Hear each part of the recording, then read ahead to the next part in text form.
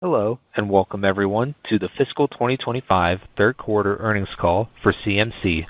Joining me on today's call are Peter Matt, CMC's President and Chief Executive Officer, and Paul Lawrence, Senior Vice President and Chief Financial Officer. Today's materials, including the press release and supplemental slides that accompany this call, can be found on CMC's Investor Relations website. Today's call is being recorded. After the company's remarks, we will have a question and answer session, and we'll have a few instructions at that time. I would like to remind all participants that today's discussion contains forward-looking statements, including with respect to economic conditions, effects of legislation and trade actions, U.S. steel import levels, construction activity, demand for finished steel products, the expected capabilities, benefits, costs, and timeline for construction of new facilities, the company's operations, the company's strategic growth plan, and its anticipated benefits, legal proceedings, the company's future results of operations, financial measures, and capital spending. These statements reflect the company's beliefs based on current conditions, but are subject to risks and uncertainties. The company's earnings release, most recent annual report on Form 10-K, and other filings with the U.S. Securities and Exchange Commission contain additional information concerning factors that could cause actual results to differ materially from those projected in forward-looking statements. Except as required by law, CMC does not assume any obligation to update, amend, or clarify these statements. Some numbers presented will be non-GAAP financial measures, and reconciliations for such numbers can be found in the company's earnings release, supplemental slide presentation, or on the company's website. Unless stated otherwise, all references made to year or quarter end are references to the company's fiscal year or fiscal quarter. And now for opening remarks and introductions, I will turn the call over to Peter. Good morning, everyone, and thank you for joining CMC's third quarter earnings conference call. Before jumping directly into a discussion of the quarter, I would like to take a moment to zoom out and offer some broader insights regarding where we see our company today, where we envision taking CMC in the future, and importantly, why we believe CMC offers a compelling investment thesis. Today, CMC is a leader in most of the markets in which we compete, supported by our exposure to attractive and growing geographies, strong customer relationships, and exceptional operational capabilities. Additionally, our core domestic long steel markets are benefiting from industry consolidation and favorable trade policy, which we believe will underpin structurally enhanced margins through the cycle. On the demand side, we expect powerful tailwinds from long-term secular trends that will drive construction investment for years to come. From this position of competitive strength and attractive end market exposure, we are now moving forward with the execution of a game-changing strategy intended to meaningfully and permanently enhance CMC's financial profile and turbocharge value-accretive growth. We are aiming to deliver higher, more stable margins and cash flows through the cycle, as well as a step change in returns on capital. I believe the strategic action CMC is taking and the course we are traveling provides a compelling opportunity for investors. Successful execution of our strategy should result in margin and cash flow levels well above what we think are currently priced into our shares. Now, let's jump into our third quarter results. CMC reported net earnings of $83.1 million or 73 cents per diluted share on net sales of $2 billion. The result included $1.3 million of after-tax charges, which Paul will take you through in more detail. Excluding these items, adjusted earnings were $84.4 million or 74 cents per diluted share. We generated consolidated core EBITDA of $204.1 million and a core EBITDA margin of 10.1%, both of which improved meaningfully on a sequential basis. We believe that the second quarter of fiscal 2025 marked a trough and expect business conditions for each segment will continue to improve from those levels. Turning now to CMC's markets in North America, the construction and industrial activity that drive consumption of our products was resilient during the quarter, which resulted in year-over-year growth of finished steel shipments. Despite concerns regarding tariffs and related economic uncertainty, we experienced an encouraging degree of stability across each of our key internal leading indicators, including project bids, new awards, and backlog volumes. Downstream bid volumes, our best gauge of the construction pipeline, remained robust during the quarter and pointed to the continued accumulation of substantial amounts of pent-up demand across several non-residential end markets, which we believe should be unlocked by reduced economic uncertainty and lower interest rates. This observation is supported by on-the-ground activity and by the Dodge Momentum Index, which sits near an all-time high and reflects improving planning activity in a broad range of non-residential structures. We believe there are also signals indicating pent-up demand exists in the residential segment where, despite uncertainty, higher rates, and new household formation below expectations, single-family starts have been sustained at a rate above pre-COVID levels. Unlike the hesitation we are observing within certain areas of the non-residential and residential market segments, demand from infrastructure activity is strengthening, particularly across our key Sunbelt states.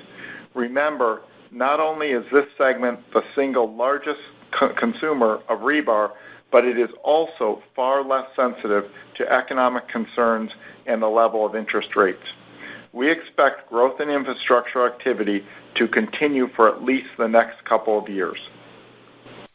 In taking stock of the current situation, there is little doubt that the impact of economic uncertainty and elevated interest rates are hanging over our markets. But I would note two things. One, tariffs are just the latest flavor of uncertainty that the industry has had to manage through. And two, we have been living in a high interest rate environment for more than 2.5 years. Despite these factors, rebar consumption remains at an historically strong level of within 5% to 6% of the post-GFC peak. This trend highlights the attractive resilience of our primary end markets as well as the upside potential for demand if certain impediments are removed. Looking beyond the near-term environment, we continue to expect strong structural drivers to support construction activity over a multi-year period. These trends include investment in our nation's infrastructure, reshoring industrial capacity, growth in energy generation and transmission, the build-out of AI infrastructure, as well as addressing a U.S. housing shortage of 2 to 4 million units. As noted on slide 8 of the supplemental presentation, over $1.6 trillion of corporate investments across AI, manufacturing, shipping and logistics, and energy have been announced in calendar 2025. Commencement of even a handful of the related mega projects could provide a meaningful catalyst for rebar consumption in the months or quarters ahead. Moving on to profitability, we experienced a good sequential recovery in North American steel product metal margins during the quarter. Long steel pricing rebounded earlier in the calendar year on the back of a rising scrap market, and we have been able to maintain these higher levels even as scrap pricing declined significantly in April and May. We exited the quarter at a much higher margin level than we entered, and given good seasonal demand and a favorable trade backdrop, we expect to further expand margins through the fourth quarter. Before I move on to our other segments, I would like to briefly address the potential impact of tariffs on our business in North America. On the supply side, we are benefiting from a reduced level of steel imports into the domestic market as a result of the elimination of previous Section 232 exemptions and, subsequent to the quarter end, an increase of the effective levy rate to 50%. While we do not know how long these policies will remain in effect, they should support steel pricing for their duration. On the demand side, we would separate the effect of the tariffs into near-term observed impacts and longer-term expected impacts. In the near term, as already mentioned, there is increased uncertainty causing delays in some projects not under contract. From a longer-term perspective, we see tariffs as a single component of a broader program that includes changes to tax, regulatory, energy, and trade policy aimed at stimulating domestic investment, which could meaningfully benefit construction activity. With regards to operating costs, we anticipate the impact of tariffs to be modest, as we source primarily from domestic suppliers. The impact on capital costs should also be modest. In the case of Steel West Virginia, our largest capital project, almost all of the imported equipment is already in the U.S. I want to publicly thank our very capable procurement team for all of their efforts over the last 2.5 months. They were able to quickly digest and analyze each tariff twist and turn, providing management with a clear understanding of the implications. While on the topic of trade, you may have already seen that an important trade case was filed with the U.S. International Trade Commission 2 weeks ago by a coalition of domestic rebar producers. The petition alleges exporters located in Algeria, Bulgaria, Egypt, and Vietnam are guilty of dumping material into the U.S. market and should be subject to corrective duties ranging from 25% to over 160%.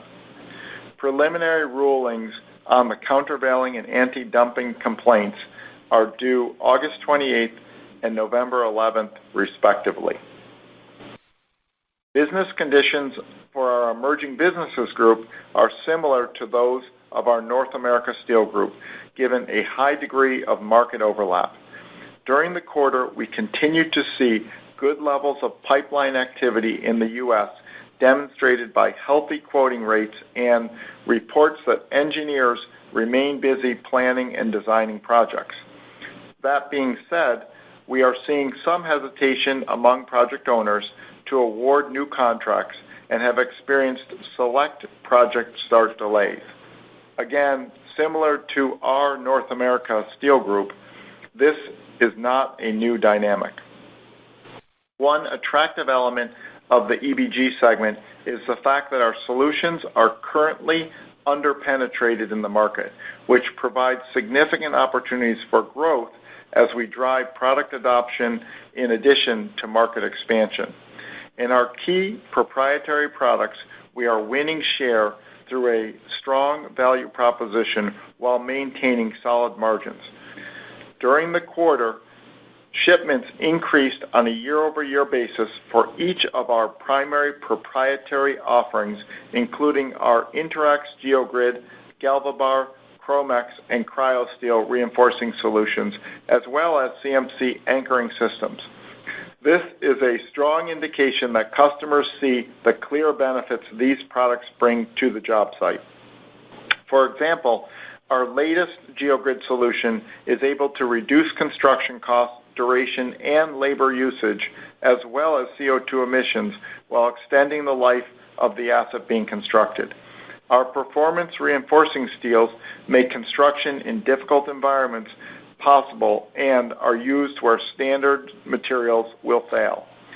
The lineup we offer reaches a broad spectrum of critical applications and generally features greater versatility and lower costs than competing products.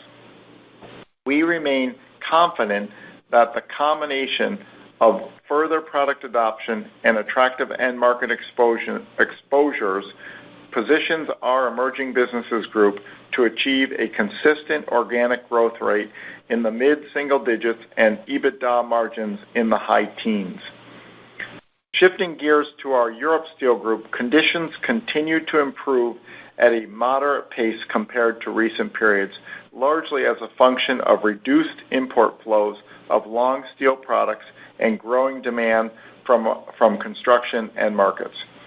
Better balance in the steel market provided space for our team to increase shipments to the highest level in nearly 2 years and capitalize on expanded metal margins. Compared to the December low, metal margins in May were over $40 per ton higher, a clear demonstration of improved business conditions. We believe margins should hold their recent gains in the months ahead. This view incorporates some pickup in import activity, which has begun to occur for certain products. Next, I would like to provide an update on the execution of CMC's strategic plan. As we have stated previously, the goal of our strategy is to drive meaningful and permanent improvements to margins, cash flows, and returns while reducing the volatility of our business. We are pursuing this objective along 3 paths: excellence in all we do, value accretive organic growth, and capability enhancing inorganic growth. Each path represents significant opportunity for CMC, and the successful execution of all 3 will be game-changing in terms of the returns we generate on investment, the size of our company, and ultimately the value we create for investors. Taking each strategic effort in turn, I'll start with excellence in all we do. We have discussed this publicly as our Transform, Advance, and Grow, or TAG program, to drive operational and commercial excellence. But it is more than that. Being excellent also means investing in our people to ensure CMC has the world-class team needed to execute all facets of our strategy and excel on a day-to-day basis. Focusing in on TAG, I am pleased with the early success we have achieved during the first 3 quarters of execution. Benefits have exceeded our targets, and we are confident in the program's potential to drive notable improvement to CMC's financial metrics. As outlined on slide 6, we expect our TAG efforts to yield approximately $50 million of EBITDA benefit in fiscal year 2025 relative to a fiscal year 2024 baseline. Looking ahead, we believe that initiatives we are now executing against will provide annual run rate EBITDA benefits of over $100 million when fully realized. These numbers are impactful, but do not capture the full scope of TAG benefits we have planned. We are just getting started and will share more information and update our financial targets as the program progresses. These TAG initiatives should help support higher EBITDA and through-the-cycle margins for our business with only modest amounts of incremental capital. Our next strategic path to discuss is value accretive organic growth, which should represent a meaningful source of new earnings and cash flow over the next several years, particularly as our Arizona 2 and Steel West Virginia mill investments reach full operations. We remain confident in the long-term success of both micro mill projects and expect a combined incremental EBITDA contribution of over $150 million compared to current levels. I would note that capital expenditures for both facilities are reflected in our capital base, which has hindered CMC's return on invested capital over the last several quarters.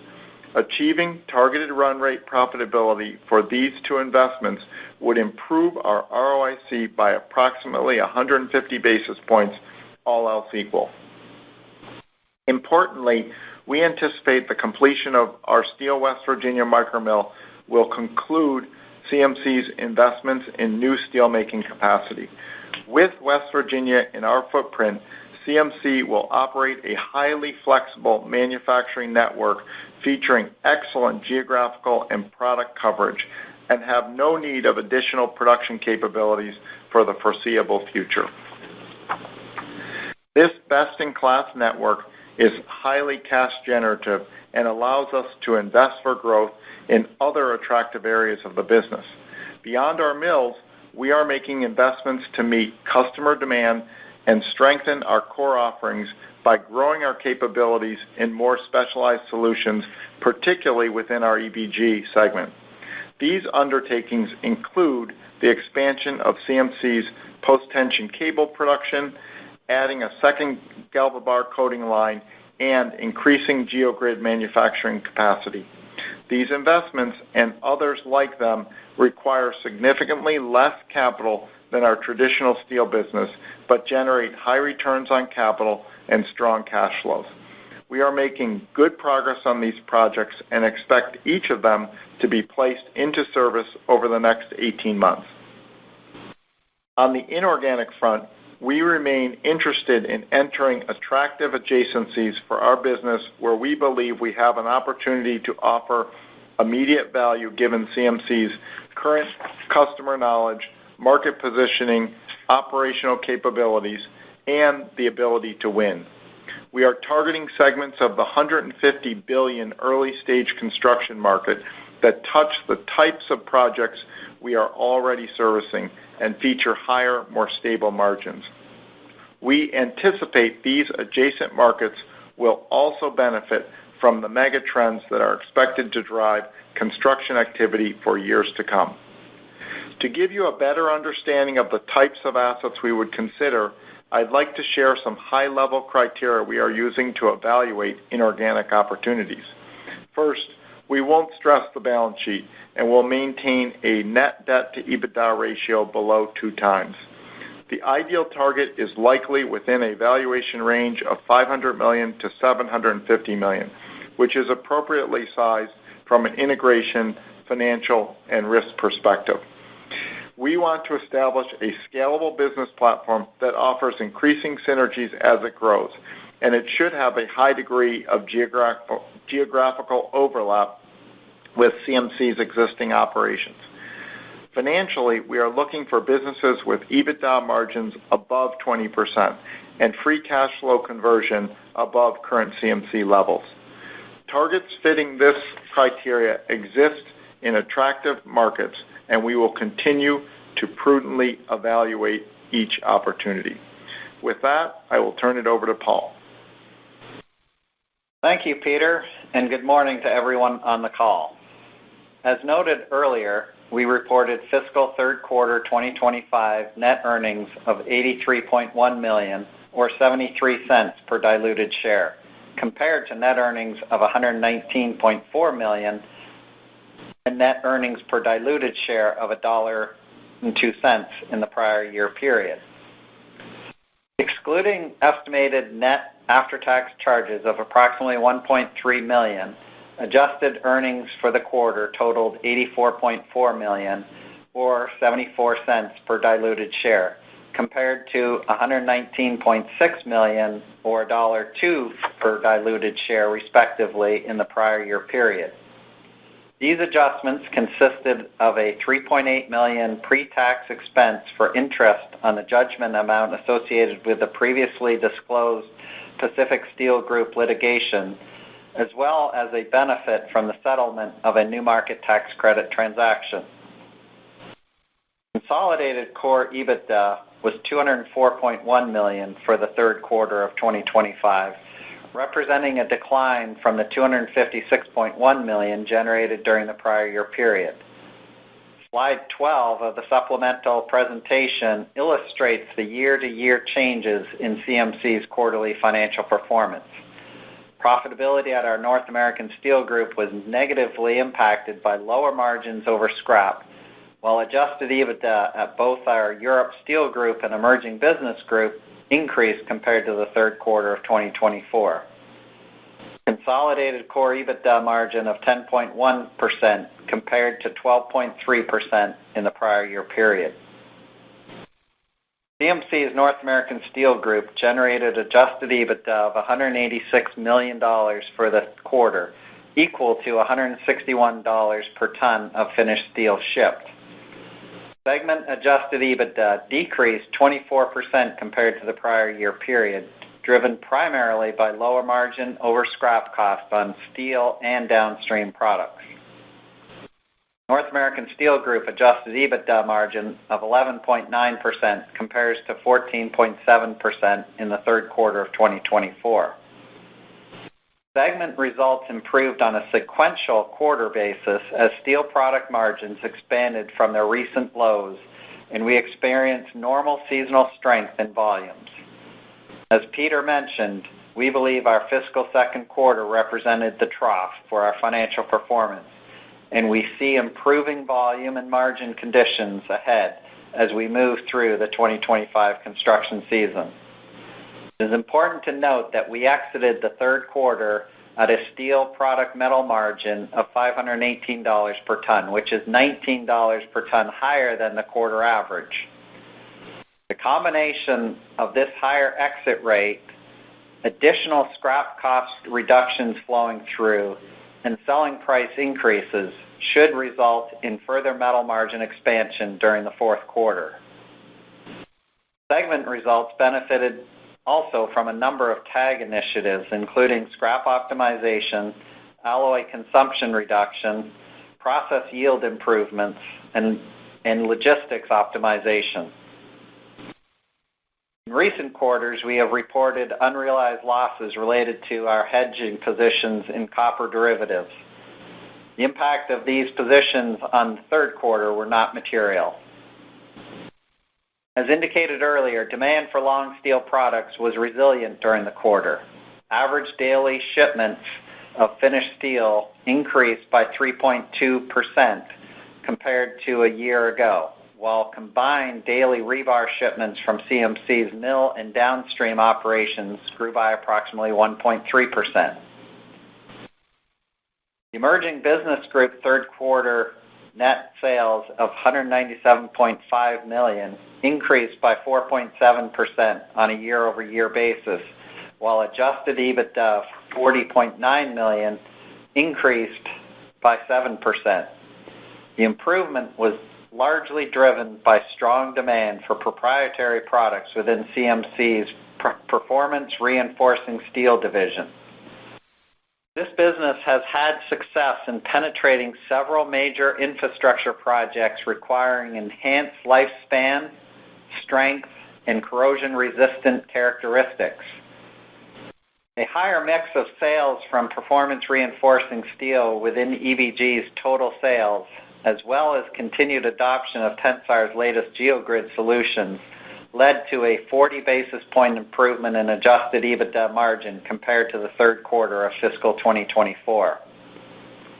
Financial performance of CMC's Tensar division was down modestly from a year ago due to delays in certain projects. However, I would note that the pipeline of Tensar remains solid, and we expect to reestablish growth on a year-over-year basis in the fourth quarter. Adjusted EBITDA for the Construction Services and CMC Impact Metal divisions were little changed from a year ago.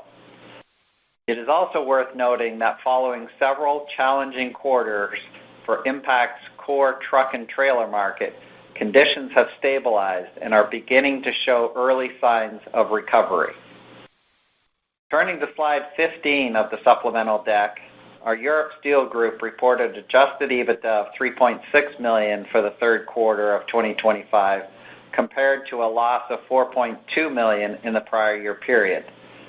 The improvement was driven by ongoing cost management efforts and a robust increase in shipment volumes.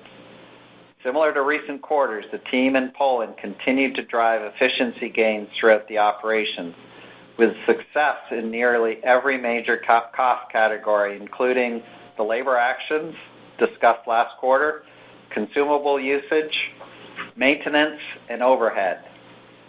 These efforts have allowed the Europe Steel Group to remain roughly cash flow break-even within a challenging market backdrop. Most of these improvements are permanent in nature and set us up well to capitalize on a market recovery. As Peter mentioned, during the quarter we saw continued demand growth and a pullback in the levels of long steel imports into Poland. The combination of these two factors provided CMC the opportunity to achieve stronger shipping volumes. Moving to the balance sheet, as of May 31st, cash and cash equivalents totaled $893 million. In addition, we had approximately $834 million of availability under our credit and accounts receivable facilities, bringing total liquidity to just over $1.7 billion. Our cash position was augmented by the successful issuance of $150 million of tax-exempt bonds connected to CMC's Steel West Virginia project. This financing was raised in conjunction with the West Virginia Economic Development Authority and was priced at a very attractive rate of 4.625%. During the quarter, we generated $154.4 million of cash from operating activities, which included a $19.7 million usage of cash for working capital.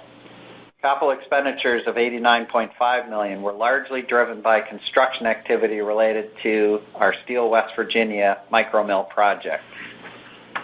At quarter end, CMC's leverage and liquidity metrics remain very attractive. We believe our robust balance sheet and overall financial strength provide us the flexibility to finance our strategic organic growth projects and pursue opportunistic M&A while continuing to return cash to shareholders. Turning to CMC's fiscal 2025 capital spending outlook, we now expect to invest between $425 and $475 million in total. This is down from our previous guidance of between $550 and $600 million, with a reduction related to the timing of certain expenditures at CMC's West Virginia project that have been delayed due to two primary factors. The first factor relates to the pursuit and attainment of available tax credits under the Inflation Reduction Act, which is expected to yield net benefits of approximately $80 million. To obtain these credits, CMC had to meet several criteria, causing us to temporarily slow construction as we evaluated contracts and vendor arrangements. The second factor is the impact of weather delays incurred at the site. We have lost around 70 days of construction.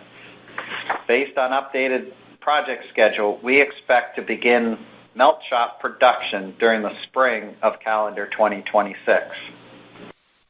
As outlined on past earnings calls, CMC targets a prudent and balanced approach to capital allocation. Our first priority is value accretive growth that furthers our strategy and strengthens our business.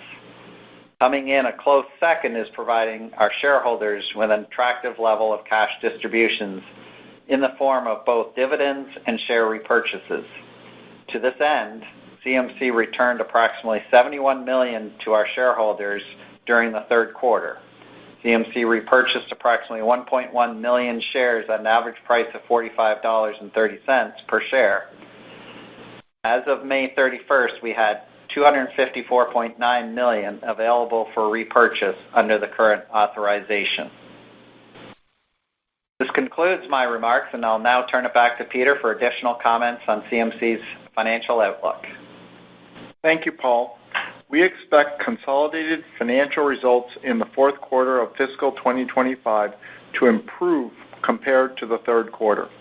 Finished steel shipments within the North America Steel Group are anticipated to follow normal seasonal trends, while our adjusted EBITDA margin is expected to increase sequentially on higher steel product margins over scrap. Based on project backlogs, we expect financial results for the Emerging Businesses Group will improve on both a sequential and a year-over-year basis. Our Europe Steel Group will receive a CO2 credit of approximately $28 million during the fourth quarter as a result of a recently signed Polish legislation that divided payments related to calendar 2024 energy cost rebates into two tranches. We will receive the second tranche related to the calendar 2024 credit during the first quarter of fiscal 2026. Excluding this credit, adjusted EBITDA for our Europe Steel Group should increase sequentially in the fourth quarter as we continue to benefit from improved market fundamentals and extensive cost management efforts. I am confident in CMC's long-term outlook and continue to believe in our ability to generate significant value for our shareholders. We are executing on several strategic initiatives which we believe will deliver meaningful and sustained enhancements to our margins, cash flow, and return on capital.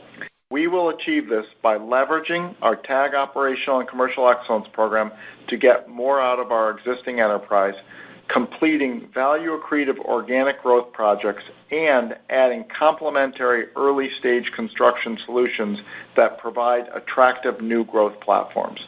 Taken together, we believe these efforts will position our company to take full advantage of powerful structural trends in the domestic construction market for years to come.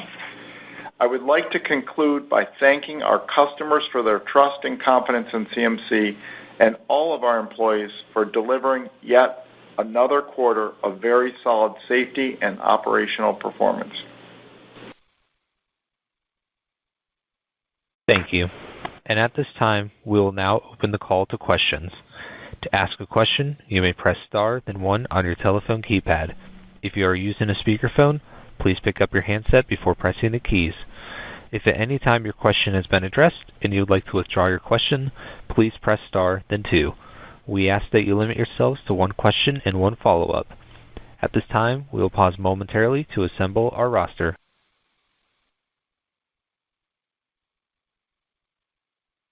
And your first question comes from Satish Kasinathan with Bank of America. Please go ahead. Yeah, hi. Good morning. Thanks for taking my questions. My first question is on the steel products volumes in the North American segment. It seems the steel product volumes were only up like 7% sequentially in the third quarter versus the typical seasonal pickup of like 10 to 15%. Can you please talk about like what drove that, and is it timing of shipments, or did you see impact related to the outages that you had in the third quarter? And as a follow-up, how should we think about the fourth quarter volumes for the segment, both for steel products as well as downstream products? Thank you. Thanks, Satish. Appreciate the question. It's a good one. So I just want to put out there that overall we are pleased with our Q3 performance in North America, but it wasn't our best performance. We had some outages late in the quarter, and coming out of those outages, you know, there's always some challenges associated with that. We didn't come out of those outages as well as we could have, and as a consequence, we ended up not having the production that we were aiming for. We ended up with lower inventories and consequently higher costs. So that, together with the impact of the flow-through of scrap timing in our results, more than explains the miss in the North American Steel Group in terms of shipment volumes and in terms of the profitability relative to the consensus out there.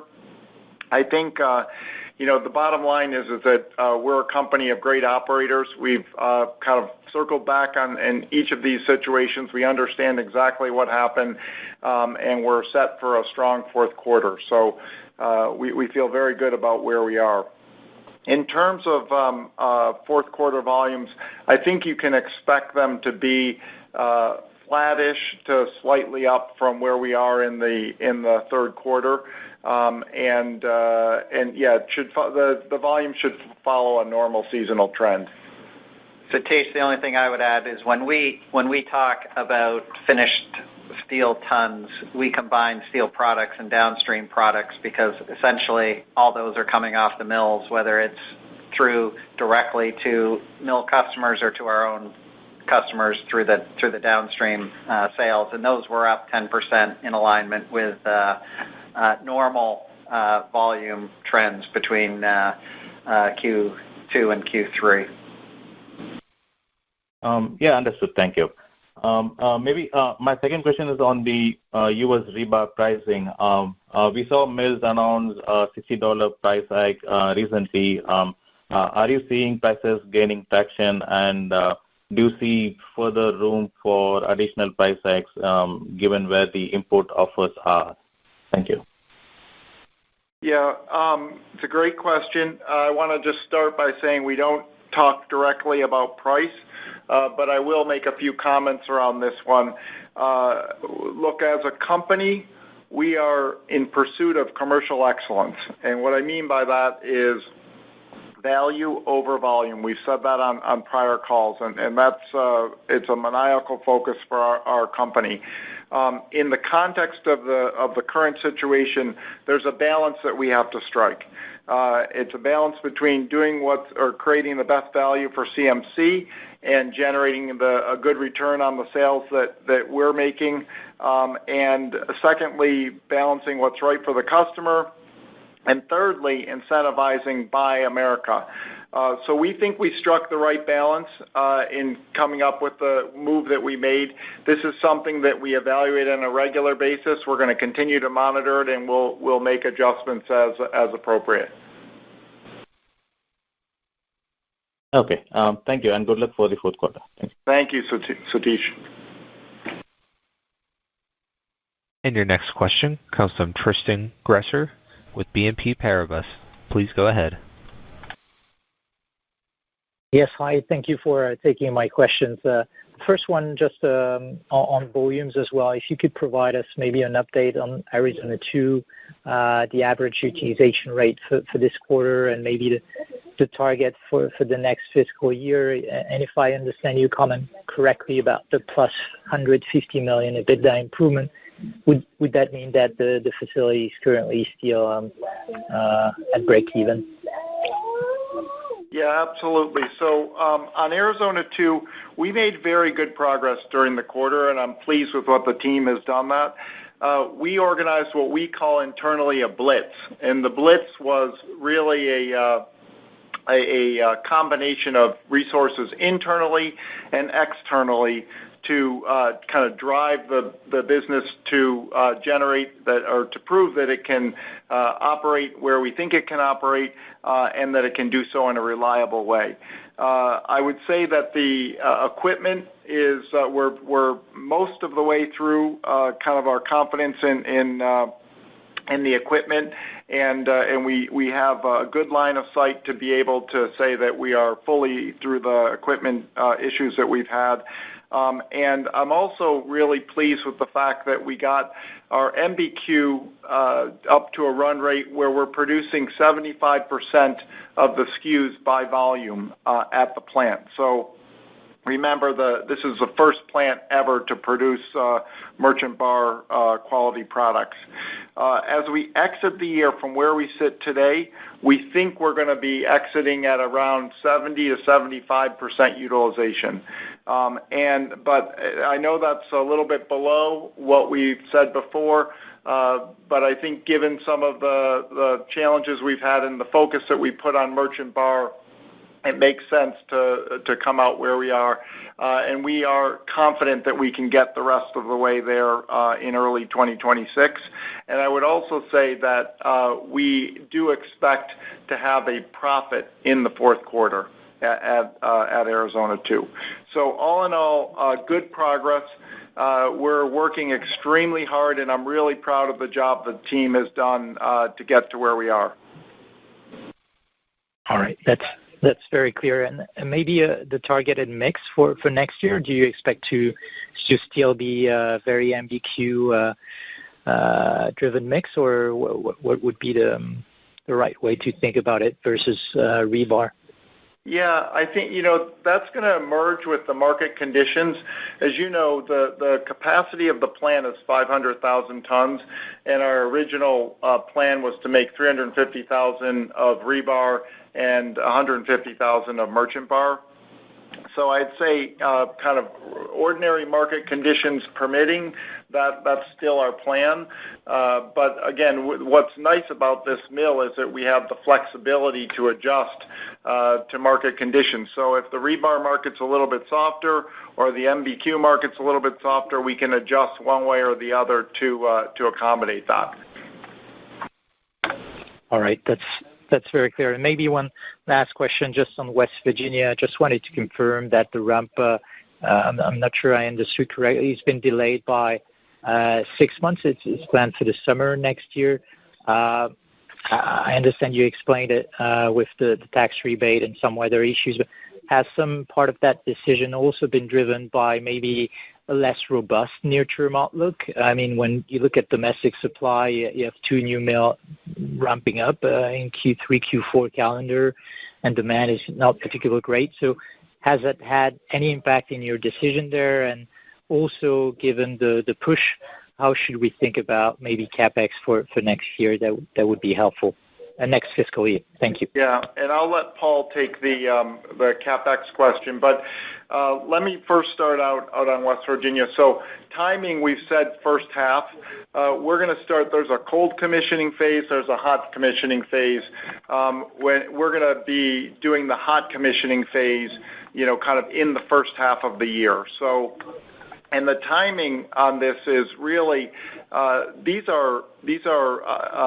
a good thing that we came across this 48C thing, and the team did a phenomenal job in getting this grant from the Department of Energy, and it was worth waiting for this. And what we needed to do in what caused the delay was we needed to work through some of our processes internally to make sure that we could comply with the Department of Energy requirements.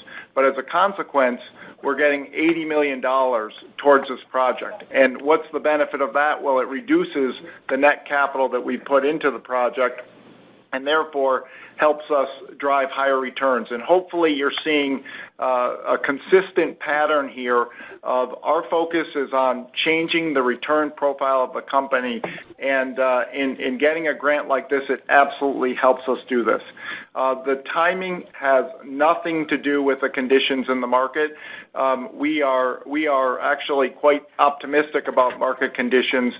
There's a lot of uncertainty out there today, but we believe that kind of things are going to stabilize, and in the stabilization of things, you're going to see emerge the demand for our rebar products, our merchant bar products. That's consistent with what we've been saying for the last several quarters. You've got some mega trends in whether it's infrastructure, reshoring, energy transition, all of which we talked about, that I think are going to drive demand, and we're going to be ready to receive it. So let me just add to Peter's comment around the investment tax credit. The project qualified for the tax credit under the IRA, and there's been no concern around this type of credit being clawed back. The credit could be either a 6% credit or a 30% credit, and so the magnitude of the difference is significant, and that's why we paused the contracting of work to ensure that we contracted in such a way to comply with the requirements of attaining the higher rate, and we're now confident that we will in fact get that higher rate credit. And so that will provide, as we said in the prepared remarks, a net $80 million benefit to us next year. So with the delays, we've spoken many times around our expectation of normal ongoing CapEx, and that's going to be sort of maintenance plus core, smaller organic growth in the $250 million range. And then we would expect around $300 million associated to West Virginia next year. So as it looks right now, our CapEx for West Virginia, or for total for CMC, will be in the $550 million range for next year. All right. Thanks a lot. Thanks, Tristan. And your next question comes from Katja Jancic with BMO Capital Markets. Please go ahead. Hi, thank you for taking my questions. Maybe starting on the inorganic growth. Peter, you mentioned that the ideal transaction value would be somewhere between $500 to $750 million. Can you talk a little bit about what type of multiples would be attached to that? Yep, great question, Katja. Thank you very much. It depends based on the asset that we're looking at. But what I would say is that the multiples generally for these businesses are higher than what CMC trades at. And I want to make a couple points about that because I think this is really important. One is the multiples for those businesses are higher because they're worth it. And what I mean by that is these are companies that have higher margins, better cash flow characteristics because they're lower capital intensity, and in most cases, some growth to them, given some of the market trends that they're responding to. So I do think that the businesses are worth the higher multiples that we may have to pay in this situation. The other thing that I think is really important when we talk about inorganic, and I know it wasn't directly your question, but I'm going to throw it out there, is that we're going to be very disciplined about our inorganic growth, and particularly recognizing that we're paying higher multiples for some of these businesses. And the discipline that we are going to hold ourselves to is that over a reasonable amount of time, say 3-4 years, we are going to bring the effective multiple that we pay down to our multiple, down to CMC's multiple. That's going to happen through a combination of synergies that we might bring to the table and growth. And if we can do that, we will create significant value in those acquisitions. And that's, again, that assumes zero multiple expansion for CMC, which as we grow the portfolio of these value-added businesses, theoretically we should enjoy some multiple expansion. So I know that's beyond what you asked, but I wanted to get it out on the table because I think it's important that everyone understands that. No, that's excellent, and thank you for that. And maybe just as a follow-up, is there, when you look at the current pipeline, how does it look, and do you have any, I know this is hard to answer or impossible, but is there any timeline on when you could complete a deal of this size? Yep, good question. Thank you. The pipeline is good. I would say there are a number of different businesses that we've been looking at, and there are kind of processes that we are engaged in right now. Some of them are quite mature. Some of them are really just starting. I would say in general, these processes are moving slower given some of the uncertainty in the market. But they are moving forward, and we've done a lot of work. I think we, as a company, we know what we want to do. So this is really a matter of kind of matching terms with a seller on terms that are acceptable to us, and then we'll be ready to proceed. But we're ready, and as you say, it is hard to call the exact timing, but I would say we're ready. Perfect. Thank you so much. Thank you, Katja. And your next question comes from Phil Gibbs with KeyBanc Capital Markets. Please go ahead. Hey, good morning. Hey, Phil. You outlined a $28 million credit for Europe in the fourth quarter and essentially said there was likely to be more in the first quarter. Can we have an idea of what that may be? Yeah, well, so what this is that our team in Poland, again, this is just another example of the great job that they do. They get the CO2 credit annually, and the CO2 credit typically pays out with an 11-month lag. So that's what we get it in November, which is obviously in our Q1. Through the good efforts of the team in Poland, what we've been able to do is to get this changed so that the payments will now be split in two. The first payment in an ordinary year, this year it'll be in July, but in an ordinary year it'll be paid in May, will be 60% of the CO2 credit, and the balance will continue to be paid in November. That'll be the remaining 40%. So what we're seeing in the first early installment, which will, again, as I said, be paid in July, is the $28 million, which is 60%, and it's roughly, we're assuming it's kind of staying consistent with with last year's CO2 credit, which, as you know, that CO2 credit will vary depending on the cost of CO2 embedded in the energy cost. So I guess the key is we anticipate that each fiscal year will receive 1 year's worth of CO2 credits into the future, split into 2 installments, with the difference being essentially a catch-up that we'll get this year, which will get the extra payment in fiscal 25. Okay, so we're likely to get 15 to 20 million in Q1, and there's likely to be some then paid in the fourth quarter of 26. Third or fourth quarter, yes. That's right. Okay. May's Appreciate the that. technical timeline for payment. Okay. And with regards to the CapEx number you gave for next year, Paul, the 550, was that a gross number, meaning before the 80 million you outlined, or was that after the 80 million? That is gross, and then so we would expect gross capex in the 550 range. The benefit of the tax credit to be 80 million to CMC, and then other incentives will probably be in the 20-25 million range that we will receive as well. Okay, so roughly 450 net. Are you getting anything in the fourth quarter of this year? We will probably get, it's all timing, we'll likely get a $25 million credit in the fourth quarter as well. Okay, in addition to the 100 to 105 that you outlined? That's right.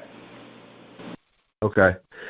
And the last one here is the timing of the startup of the West Virginia mill. Sounds like it's mid-calendar 26, so the startup costs associated with that mill will be largely back-end loaded, very back-end loaded, I guess, for next year, your fiscal year? I think that's a fair assumption. Yeah, we'll carry some team as we start to employ people throughout the year, but similar to other mill startups that we've had. And is there any capex that from West Virginia then, because of the slight delay, that get moved into 27? Relatively small amounts. Okay. Appreciate all that color. Thanks, guys. Thanks, Phil. And your next question comes from Bill Peterson with J.P. Morgan. Please go ahead. Yeah. Hi, good morning, and thanks for sticking me in.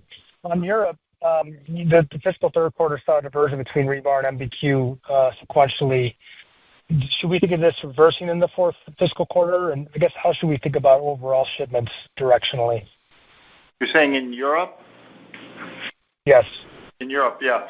So we expect shipments in Europe to continue at a strong pace in the fourth quarter. And I think you were also asking about the mix of MBQ and rebar, and we expect MBQ shipments to be strong in the fourth quarter. We've done a lot of work on mix there based on where the profitability is, back to the kind of commercial excellence story that I was telling before, and we're really focused on optimizing our mix to the products where the best margin is, and this year that's been MBQ. We're seeing a lot of projects come to market, certainly starting to see initial benefits of some of the EU money that is coming into the marketplace.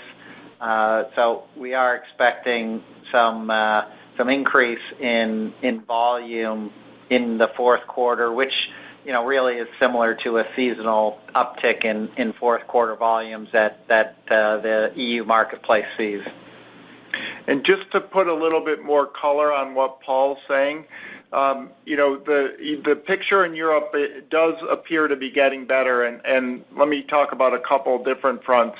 One is you've got in Poland, the economy obviously continues to chug along very nicely there, but the government's now put in place a new infrastructure spending program. And when you kind of look at that by the projects that they're going to be investing in, we're talking about kind of hundreds of thousands of tons over the next couple of years. So that's going to be a nice shot in the arm.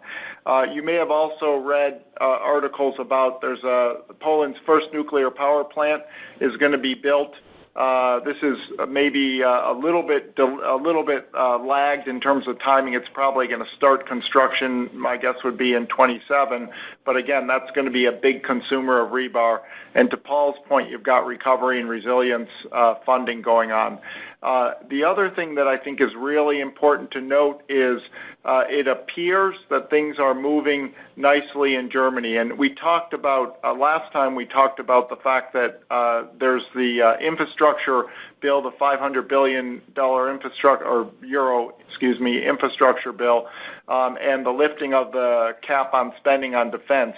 And Chancellor Merz has been very strong in his statements about, in the case of defense spending, we need to do whatever it takes. And in the case of the economy, getting the economy back on track, our understanding is that he's making a really strong push on infrastructure spending and stimulus to some of the segments of non-residential spending. So as a consequence, what we were saying, I think, on the last call was we expected we'd see that in the, kind of the mid to back part of 26. We've heard discussions recently that suggest that we could start seeing some of that as early as the fourth calendar quarter of 25 and into the early part of 26. So again, we need to see it on the ground, but I just pointed out because there are reasons for optimism in Europe. Yeah, great. Thanks for that. And I realize you don't want to be precise around pricing, but in terms of the backlog, I think last quarter you mentioned that project awards were benefiting from higher prices. How should we think about when that shows up? And are pricing for, I guess, what's entering the backlog now higher than existing prices that are in the backlog? Yeah, you're talking about on the fabrication side. Correct. Yeah. So what I'd say on that, thanks for the question. It's a great question. So Q3 was competitive, and we saw the booking prices continue to slide during the quarter. But as we go into Q4, we expect that we're going to see that turn, and the booking prices are going to start to increase in sympathy with the move in rebar prices. That's typically the way it flows. And I want to just take a minute here to really highlight the great job that our fabrication team across the company has done in this market environment. And it's really important because they are taking this business and they are helping us make it even better than it is today. And there are three things that I want to point out here that I'm really optimistic about.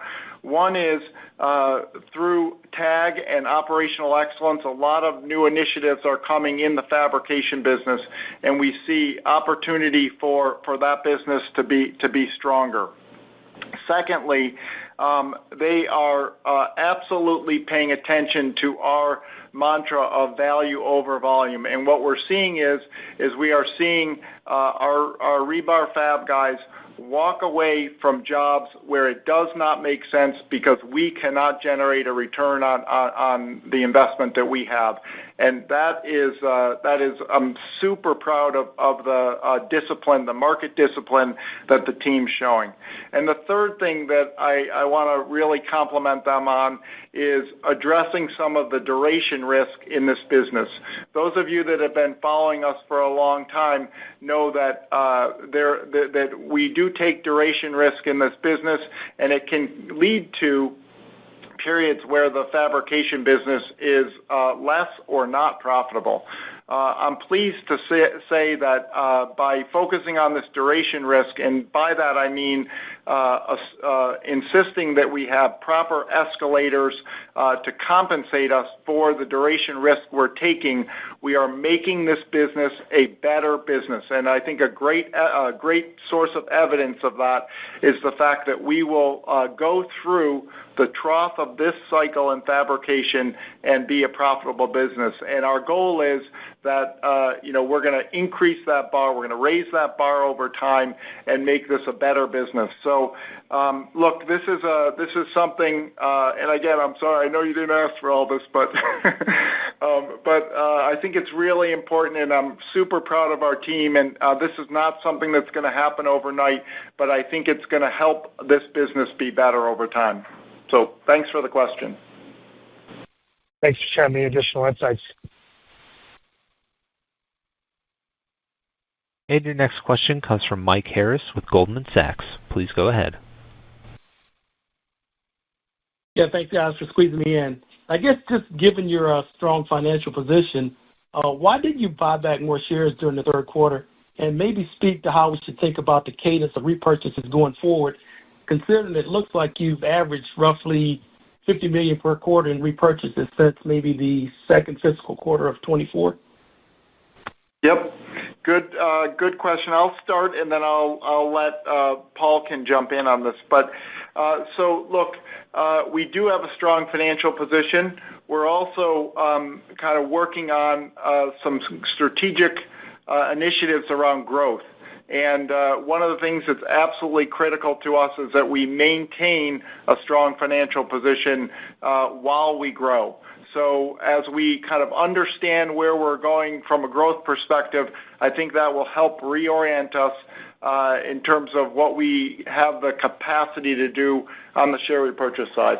Maybe Paul can pick up there. Yeah, I think we've stated our capital allocation priorities.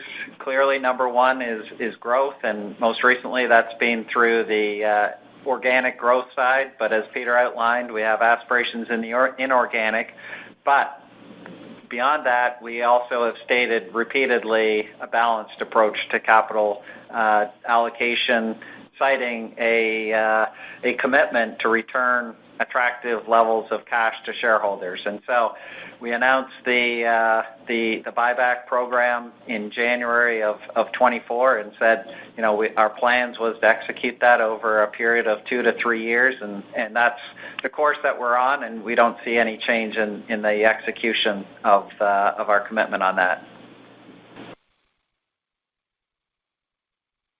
Okay, thanks for the color, guys, and I'll stop there in the interest of time. Thanks, Mike.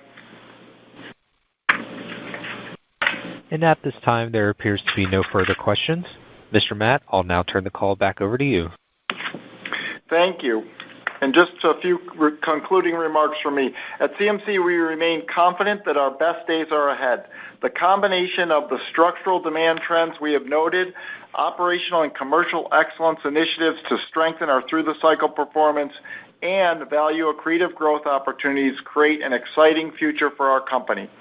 We are committed to a balanced capital allocation strategy that includes investments in our company's future and a return of capital to our shareholders. Thank you for joining us on today's conference call. We look forward to speaking with many of you during our investor calls and meetings in the coming days and weeks. Thank you. The conference has now concluded. Thank you for attending today's presentation. You may now disconnect.